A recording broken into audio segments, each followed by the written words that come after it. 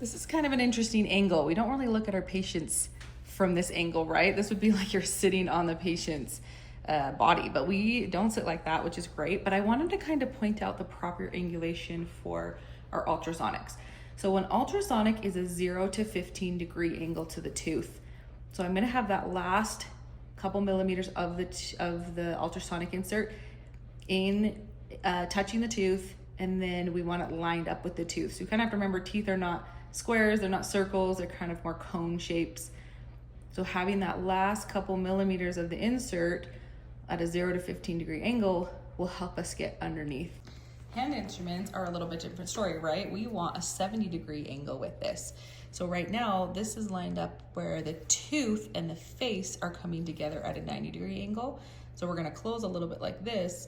So now they have a 70, so now we can get that cutting edge on the tooth. If I tried to do a 0 with this, we could do 0 from the face, it would be pretty much impossible. Or like if we just have the full lateral side on, like we would our ultrasonic, we're not gonna get any cutting edge with this. So you're gonna close a little bit, now you have that 70 degree angle, and you're gonna feel the catch. So the angulation is slightly different depending on your hand instrument or your ultrasonic, but it makes sense because hand instruments have a cutting edge that we need in contact. Ultrasonics do not have that cutting edge.